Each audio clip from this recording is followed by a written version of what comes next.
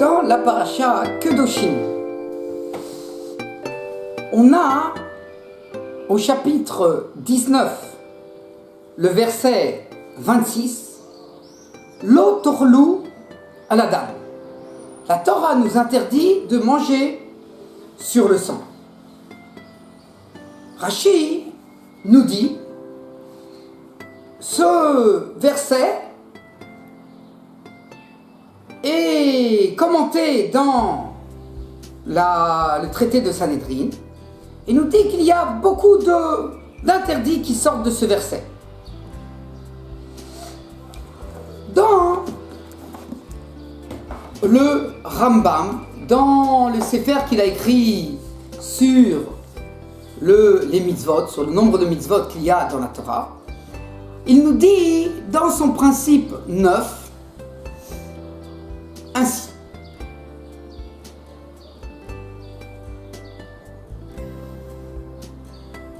Il dit, quand on va avoir un interdit qui englobe en son sein un grand nombre de sujets différents les uns des autres, alors on ne va pas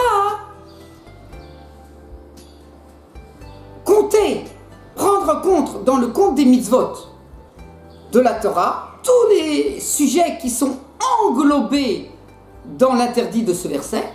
On ne considérera que ce n'est qu'une seule mitzvah, la mitzvah qu'il a donné le verset, et non pas tous les sujets qui sont cités, qui sont englobés au sein de ce verset.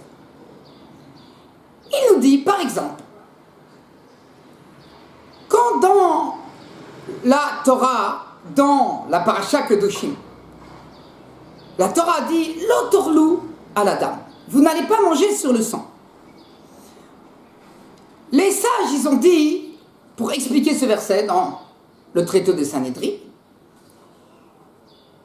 d'où est-ce qu'on sait que quelqu'un qui va manger d'une bête, après qu'on lui aurait fait, on l'ait tué de manière comme la Torah nous dit qu'on doit la tuer, et que cette bête, elle n'est pas encore complètement morte,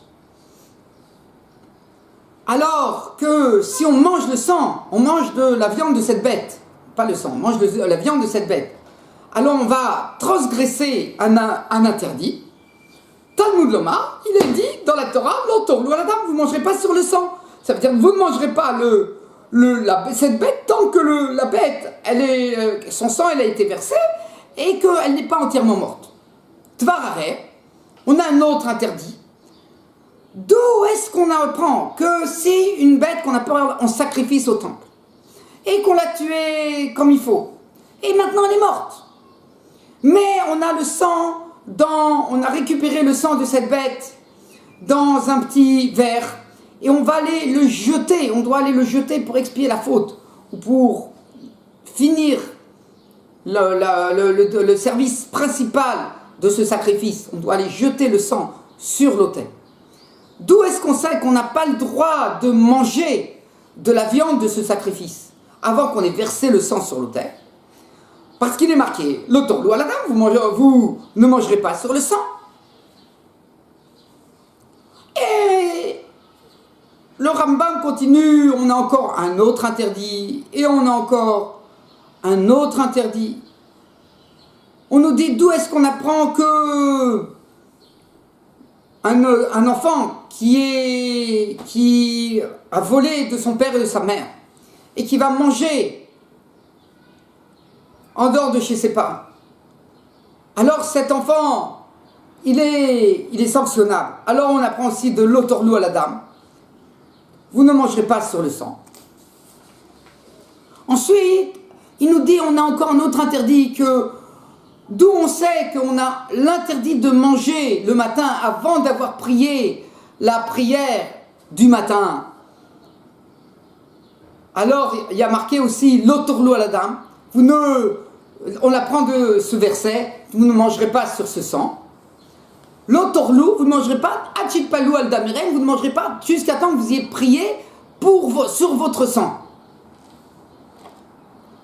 Et alors il nous dit, dans la Gemara de Sanhedrin, on a appris que sur un interdit qui ressemble à l'interdit, à cet interdit-là de vous ne mangerez pas sur le sang, alors on n'est pas sanctionnable sur cet interdit. Ça veut dire que si une personne, il a transgressé volontairement, devant des témoins, tous les interdits qui sont englobés dans ce verset, et les a tous faits en même temps, eh bien, on ne lui donnera pas de sanction, il ne sera pas sanctionnable, parce que un interdit pareil n'est pas sanctionnable, bien que c'est interdit. Il nous dit, on a encore un autre type d'interdit. C'est un interdit où dans le verset, il est cité tous les sujets. Dans le premier verset qu'on a cité, il n'est pas cité. Il y a marqué, vous ne mangerez pas sur le sang. On ne sait pas, c'est quoi, vous ne mangez pas sur le sang? Qu'est-ce que ça englobe? Quel sujet ça englobe? Qu'est-ce qui est interdit? On a besoin que Rahamim vienne nous expliquer que ça c'est interdit, ça c'est interdit, et ça aussi c'est interdit, et ça aussi c'est interdit. C'est pas précisé, ça ne sort pas de ce que dit le verset de manière claire. On a besoin de ce que les sages, ils ont reçu du mont Sinaï, que ce verset vient englober tel et tel et tel cas.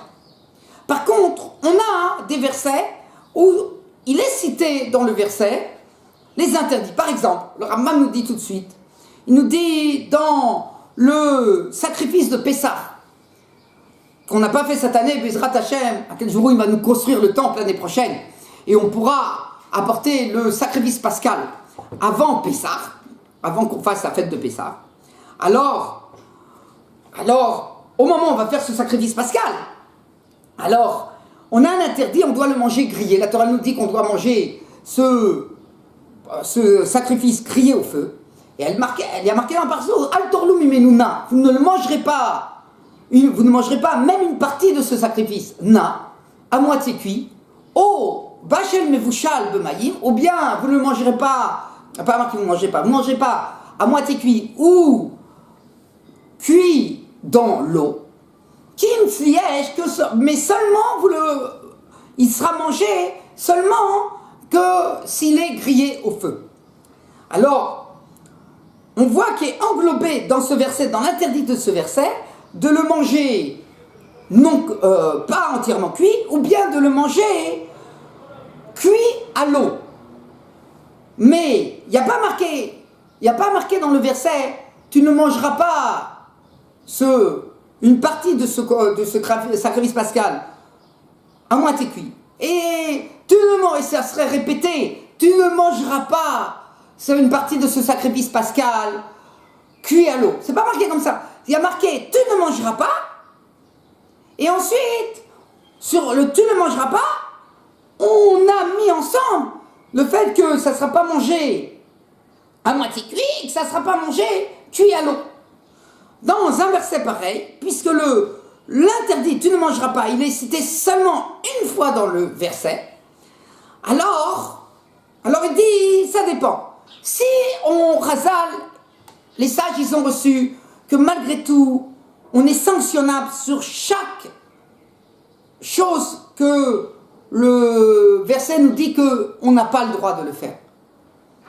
Il y a d'autres versets que c'est comme ça. Alors, à ce moment-là, chaque partie, chaque cas particulier qui est englobé dans le verset sera considéré comme une mitzvah à part entière. Par contre, par exemple, en ce qui concerne le sacrifice pascal, puisque la Gemara, la Gemara pense comme Rava qu'on ne sera sanctionnable que seulement une fois pour tout ce verset. Ça veut dire que si une personne il a mangé une partie du sacrifice, le sacrifice pascal, il a mangé pas entièrement cuite. Et une autre partie de ce sacrifice, Pascal, il leur a mangé cuite à l'eau. Et il l'a fait volontairement, devant témoin. Alors, quand on va venir à le punir, on ne lui fera qu'une seule sanction. On ne fera pas deux sanctions. Comme ça, il pensera pas. Abaye, il pense qu'on lui fera deux sanctions. Donc, pour Abaye, ce verset, selon le Rambam, c'est deux mitzvot.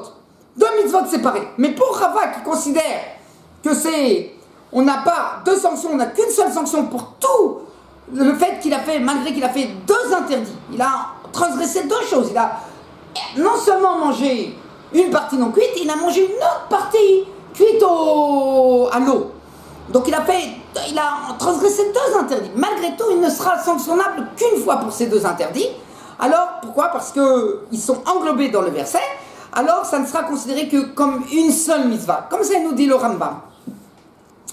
Et le Rambam, il nous dit, d'où on apprend qu'il n'est pas sanctionnable. Il vient rejeter l'avis d'Abaye qu'il est sanctionnable sur chacune Abaye, il a dit qu'il est sanctionnable et sur le fait qu'il va manger à moitié cuit, et sur le fait qu'il va manger cuit à l'eau. Donc il a fait deux interdits et il sera sanctionné deux fois. Et Rava il dit que non, d'où on sait que c'est pas comme Abaye. Il nous dit parce que voilà, tu as vu, la Gemara elle a dit que un interdit qui englobe beaucoup de sujets en lui, la Gemara elle nous a dit qu'on ne sera pas du tout sanctionnable. C'est une Gemara dans Sanhedrin. On l'a appris de cet interdit tu ne mangeras pas sur le sang. Donc comment toi tu peux dire Abaye? Donc même si toi Abaye tu penses comme ça, mais puisque la Gemara elle pense autrement après, dans un autre traité, dans le traité Sanhedrin, alors on ne pense pas comme Abaye, ça sera comme Rava. Et tout de suite dans la foulée, le Rambam il dit selon le Rava que bien que dans la Gemara il y a deux avis. Il y a un avis que Rava il pense que il ne sera pas sanctionnable du tout, puisque ça s'appelle un interdit qui englobe beaucoup de sujets en lui, alors c'est pas sanctionnable. Il n'y a pas de faute. Comme on a trouvé dans vous ne mangerez pas sur le sang, qu'on a vu que c'est pas sanctionnable du tout, puisque ça englobe beaucoup de sujets à la fois. Alors la même chose dans le sacrifice pascal, si jamais on transgresse les deux interdits, on mange pas entièrement cuit, et on mange aussi en même temps cuit à l'eau, alors on ne sera pas sanctionnable. C'est un premier avis de la Gemara. Et la Gemara, elle apporte un deuxième avis que ce qu'il a dit Rava, qu'on ne sera pas sanctionnable, on ne sera pas sanctionnable deux fois, mais on sera sanctionnable une fois. Alors c'est difficile. C'est difficile. Qu'est-ce qu'il fait? Et le Rambam, il dit, c'est comme ça qu'il pense on doit penser, que ça veut dire que si aujourd'hui, quelqu'un il va manger du sacrifice pascal volontairement, pas tout à fait cuit, et il va manger aussi en même temps cuit à l'eau, alors si on l'amène devant le tribunal va le sanctionner. C'est comme ça qu'ils pensent que la décision est prise par les décisionnaires. Or, le même Rambam, il a dit que on apprend pour repousser Abaye. Le Rambam, il pose cette question au Rambam. Il dit, je comprends pas. Toi qui penses sur l'interdit de l'autorlou à la dame, tu ne mangeras pas sur le sang. On n'est pas sanctionnable. Et qu'on apprend de là, on rejette la vie d'Abaye. Alors tu devrais aussi dire que Rava, on n'est pas sanctionnable selon Rava. Et comme ça, c'est décidé. C'est difficile. Le Ribaz, il dit, je ne comprends pas tout à fait la question du Ramban contre le Rambam. Il dit pourquoi? Il dit parce qu'il y a une différence entre un verset qui dit l'autourlou à la dame, vous ne mangerez pas sur le sang. Vous ne mangerez pas sur le sang. Et on ne sait pas de quoi ça parle. On a dû recevoir l'enseignement des sages qui nous viennent nous expliquer quels sont les interdits qui sont englobés dans ce verset. Alors sur ça je comprends, puisque on a besoin que les haramim, les sages viennent nous expliquer parce qu'ils ont reçu dans le mont Sinaï que les interdits qui sont englobés dans ce verset, c'est tel interdit, tel interdit, tel interdit, tel interdit. Alors je comprends que je ne suis pas sanctionnable. Mais par contre, dans le verset, qui est le verset du sacrifice, comme du sacrifice pascal, où il y a bien d'autres versets qui ressemblent dans la Torah, par exemple au niveau du nazir, la personne qui prend sur lui de ne pas manger de vin. Et lui aussi, il a un interdit de ne pas manger des grains de raisin, il n'a pas le droit de manger du vinaigre, etc., etc. Et ça ressemble beaucoup, la même manière, surtout dans un seul verset, qui sont cités tous les interdits de celui qui a pris sur lui de ne pas boire du vin, le nazir. Alors, c'est comme dans le sacrifice pascal. Alors, dans un verset, dans ces interdits qui sont de ce genre-là, qui sont cités dans le verset, mais c'est simplement la manière dont le verset a formulé l'interdit qui fait que on comprend qu'il n'est pas sanctionnable sur tous les actes qui sont cités, qui sont interdits de faire dans le verset, qu'il n'est pas sanctionnable sur chaque acte de manière particulière, et n'est sanctionnable que sur l'ensemble du verset. Il dit, je comprends qu'il est au moins sanctionnable une fois, parce qu'il sait de quoi il s'agit, c'est marqué en toutes lettres dans le verset. Comme ça il dit. Il dit, est-ce que tu vas me dire que le Rambam, il a voulu apprendre que, pour rejeter la vie d'Abaye, il a voulu apprendre de l'autorlou à la dame, tu ne mangeras pas sur le sang, bien que je dis qu'il y a une différence nette entre cet interdit-là, ces interdits qui sont dans ce verset-là, et les interdits qui sont dans le verset du sacrifice pascal. Il dit, c'est vrai, il y a une différence, mais puisque Abaye, lui, considère que dans le verset du sacrifice pascal, malgré qu'il a été formulé qu'il y avait un seul interdit pour tous les cas qui sont cités dans le verset, malgré tout, l'interdit vient prendre de manière particulière chaque cas qui est cité dans le verset. C'est pour ça que je suis sanctionnable sur chaque cas particulier du verset. Il dit, mais si c'est comme ça pour Abaye, alors Abaye, lui, il pense, c'est lui qui pense que dans le verset, l'autorlou à la dame, vous ne mangerez pas sur le sang, qui englobe en son sein un certain nombre de cas, comme on a vu. Alors sur chacun des cas, selon Abaye, alors on devrait être sanctionnable. Et comme la Gemara, elle a dit qu'on n'est pas sanctionnable, donc pour Abaye, cette Gemara vient contredire Abaye. Ça veut dire que Abaye ne pense pas la Gemara qui est dans Sanhedrin. Et nous, la Gemara qui est dans Sanhedrin vient nous dire que nous, la décision qui a été faite au Sanhedrin à partir de Ravashi et qui est citée dans ce traité de Sanhedrin, c'est une décision qui va à l'encontre de la vie d'Abaye. Mais pour Rava, c'est sûr qu'on peut faire une différence entre le verset qui interdit sans citer du tout, sans qu'on sache exactement de quoi il s'agit, sans l'explication des sages, on ne saurait pas de quoi il s'agit, et le verset où on sait de quoi il s'agit, que chaque cas est précisé en toutes lettres. Comme ça, il nous dit le base. En fait, le Tosfot, les Tosfot ne sont pas d'accord. Dans la Gemara Sanhedrin, pour comprendre les Tosfot, il y a marqué que dans l'interdit de servir les idoles, il nous dit, à la page 60 au verso, dans la Mishnah, Aval Megafef, celui qui va prendre l'idole dans ses bras, va Menachek, celui qui va faire une bise à l'idole, va Merabet, celui qui va balayer devant une idole, Amerabet, ou celui qui Meratz, qui va laver l'idole, qui va l'oindre d'huile, qui va l'habiller, qui va lui mettre des chaussures. Alors il transgresse un interdit de la Torah. À la page 63,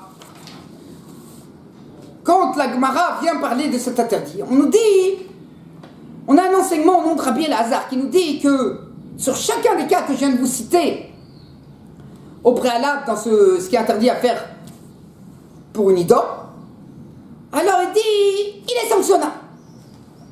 Seulement, une personne qui va faire un vœu au nom de l'idole, ou bien qui va jurer au nom de l'idole, lui, il n'est pas sanctionnable.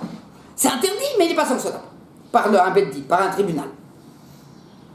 Alors la Gemara nous dit, pourquoi tu dis que quelqu'un qui a fait un vœu au nom de cette idole, ou bien quelqu'un qui a juré au nom de cette idole, il n'est pas sanctionnable? C'est sûr, c'est pas bien, mais il n'est pas sanctionnable parce que c'est un interdit qui est sans acte. Pour être sanctionnable, il faut que j'ai fait un acte, un grand acte. Là, je n'ai que parlé. J'ai fait un vœu, j'ai juré, j'ai dit par la bouche. Dire par la bouche, il y en a qui considèrent que c'est un acte. Mais nous, on pense que ça ne s'appelle pas un acte suffisant, juste parler. Il faut faire un acte, comme par exemple, à Shabbat, si quelqu'un il va cuire, il va cuire ou il va lui mettre la lumière. Alors il a fait un acte. Mais seulement parler, bien que c'est un interdit, mais on n'est pas sanctionnable par les lois de la Torah sur cet interdit. Alors, la Gemara nous dit, même celui qui fait un acte, il vient prendre l'idole dans ses bras, ou bien il vient faire une bise à l'idole, c'est un acte, ou bien il vient balayer devant l'idole, il a aussi fait un acte. Il l'a habillé, il a mis les chaussures, il a fait un acte. Il n'est pas sanctionnable non plus. Pourquoi?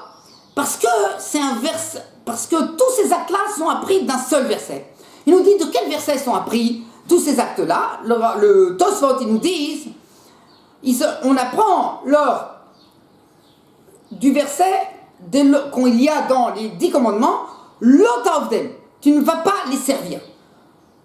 Donc, quand on nous dit tu ne vas pas servir les idoles, on apprend de là qu'on n'a pas le droit de la prendre dans les bras, on n'a pas le droit de lui faire une bise, on n'a pas le droit de balayer devant elle, etc., etc., etc. Et d'ici, c'est comme ça. Pourquoi sur ces interdits-là, on voit qu'on n'est pas sanctionnable du tout? Et pourquoi, dans le cas du sacrifice pascal, ça il pose la question de ça, on est oui sanctionnable? Quelle est la différence? Alors il nous dit que même pour celui qui pense au sujet du sacrifice pascal, qu'on est sanctionnable sur chaque cas de consommation inadéquate du sacrifice pascal, ça veut dire comme Abaye qui pense que si je mange pas tout à fait assez cuit, et si je mange cuit dans l'eau, alors sur chaque cas et cas, je suis sanctionnable. Bien même pour Abaye, dans le cas de cette Mara ici dans Sanhedrin, qu'il va prendre l'idole dans les bras, ou il va l'embrasser l'idole, il va le balayer devant elle, il va la revêtir, alors il n'est pas sanctionnable. Il n'est pas sanctionnable. Pourquoi? Il dit parce que ici, c'est pas suffisamment explicité dans le passouk. L'Ota Ovdem, il y a marqué le passouk, il y a marqué tu ne les serviras pas. De quel service on parle? De quel service on parle? Je ne sais pas de quel service on parle.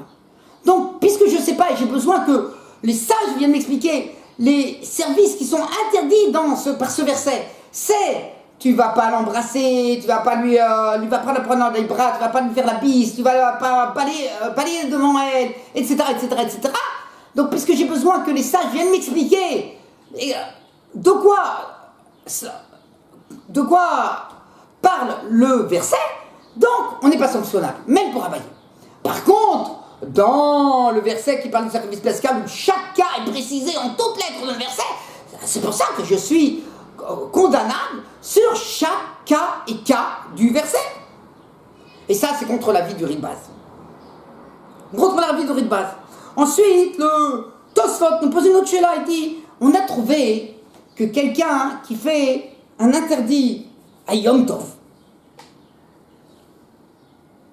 il est condamnable sur chaque, il est sanctionnable sur chaque interdit.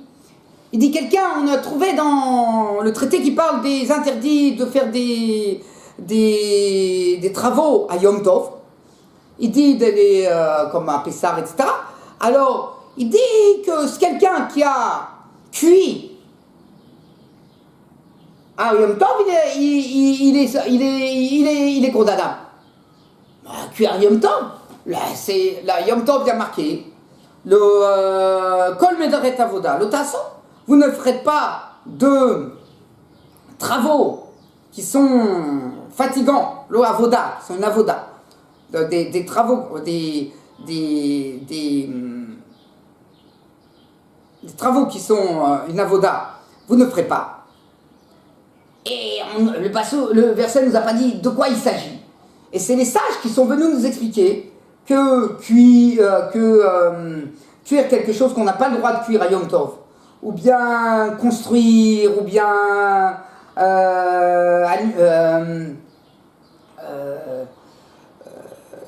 coudre, ou d'autres travaux du tel type qui ne sont pas des travaux qui viennent pour nous permettre de manger, qui servent à manger ou qui ont un intérêt pour la personne, comme allumer la lumière aussi, que c'est permis à Yom Tov. Alors, allumer la lumière d'une lumière déjà existante.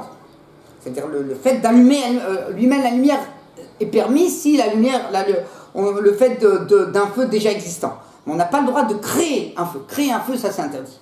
Donc allumer la lumière électrique à Yom Tov, c'est interdit. Mais par exemple, si j'ai déjà un feu existant, alors j'ai le droit de prendre le feu et de l'amener et d'allumer une autre lumière à Yom Tov. Alors, si quelqu'un il va coudre par exemple à Yom Tov, alors il sera condamnable. Pourquoi il est condamnable? Ça vient d'un passouk global qui englobe un énorme nombre d'actes qui est interdit. Pourquoi on est condamnable? Quelle est la différence avec le fait que dans l'interdit de servir les idoles en la prenant dans les bras ou la remettant dans les airs, on n'est pas condamnable? Quelle différence? Ou l'interdit de manger sur le sang qu'on a cité à un certain nombre de cas, on n'est pas condamnable? Quelle est la différence? Alors il dit que dans Yom Tov, comme il y a marqué que ce qui est interdit, c'est des melechet, des travaux qui sont une avoda, qui relèvent d'une fatigue ou qui relèvent de quelque chose qu'on fait en grande quantité, alors c'est plus explicite, le verset est plus explicite dans Yom Tov, et c'est pour ça que c'est interdit et qu'on sera condamnable d'une certaine sanction. Par contre, dans le verset qui parle des idoles et le verset de Vézel, c'est moins précisé, et donc non. En fait, cet avis du Tosfot, il est rejeté par le Ramban. Le Ramban y pense que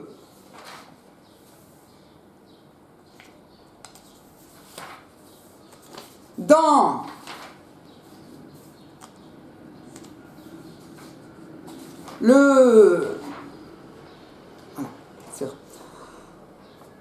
il nous dit comme ça, ne comprend pas, toujours sur ce principe neuf du Rambam, donc le Ramban qui est là-bas, il nous dit comme ça, ne comprend pas que dans l'interdit qu'on a trouvé dans la Gemara Sanhedrin de prendre une idole dans les bras ou de lui faire la bise ou de balayer devant elle, que chaque acte sont des actes complètement différents les uns des autres. Parce que c'est pas vrai, tous ces actes-là, ce sont des actes de service de la Vodazara. Et ils ressemblent au même lave, il ressemble au fait de faire des travaux à Yom Tov, que chaque travaux il s'appelle une melara, comme chaque travaux, c'est un travaux, il est contenu, il est explicite, c'est un travaux comme Meret Avoda Otasu.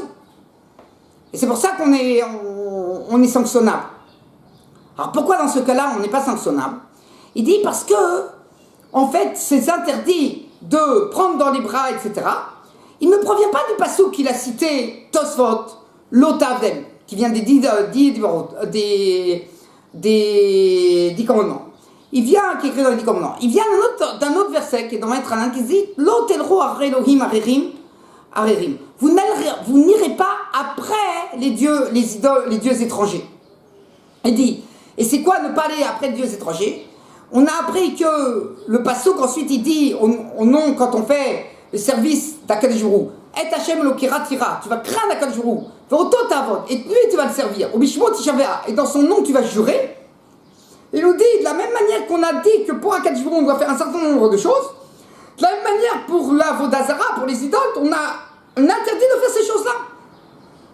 On n'a pas le droit de craindre l'idole. On n'a pas le droit de la servir en lui donnant de l'importance. Par exemple, la prendre dans les bras, lui faire la bise, etc. Donc on voit, il nous dit que ça vient d'un autre verset. Et dans le deuxième verset, dans d'autres versets, c'est pas cité. On a besoin qu'on nous l'explique d'un autre côté. Mais si on apprend en aide de l'Otavdem, alors ça serait problématique. Et Rashi aussi, dans la Gemara Sanhedrin, nous dit qu'on n'apprend pas de l'Otavdem, on apprend ou bien, comme il dit le Ramban, comme il cite le Ramban, Al tedrou are Elohim aririm, vous n'irez pas après les dieux étrangers, ou bien, d'après le verset qui est cité dans le début de la paracha Kedoshim, qui est Al tifnu el haelim, vous n'irez pas après les el haelim, les forces étrangères. Voilà. Donc de là on apprend, et de là c'est pas du tout précisé de quoi il s'agit. Al tifnu el haelim, on sait pas ce que c'est. Et là, les Razal sont venus nous expliquer de quel interdit il s'agit. Shabbat Shalom Mevorach.